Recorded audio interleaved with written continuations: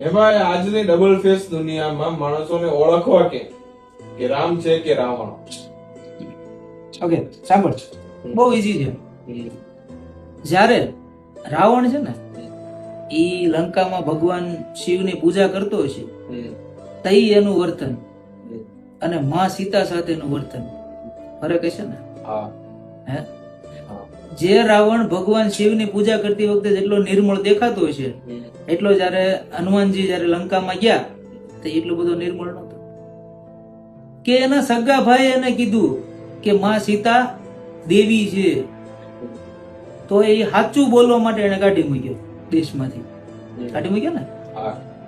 જ્યારે ભગવાન શ્રી રામે છેલ્લે સુધી એની દયાત્મક ભાવતા મૂકી નહીં, કે દુશ્મનનો ભાઈ ચરણે આવ્યો ને તો એને સ્વીકારી લીધો. અને આવડું મોટું યુદ્ધ કર્યા પછી તે રાજ એના ભાઈને હાથમાં આપી નીકળી ગયા. ત્યાંથી એક સોના મોર લઈને નહોતા નીકળ્યા. એટલે ઓળખવા માટે બહુ સિમ્પલ છે. તો જે માણસ પોતાના સ્વભાવને અડીગ રહી શકે ને, કે જેવો છે, કે જેવો દેખાવાની ટ્રાય કરે છે એવો જ છે ને, અને એ જ એના સ્વભાવ ઉપર અડીગ છે, તો એ રામ છે.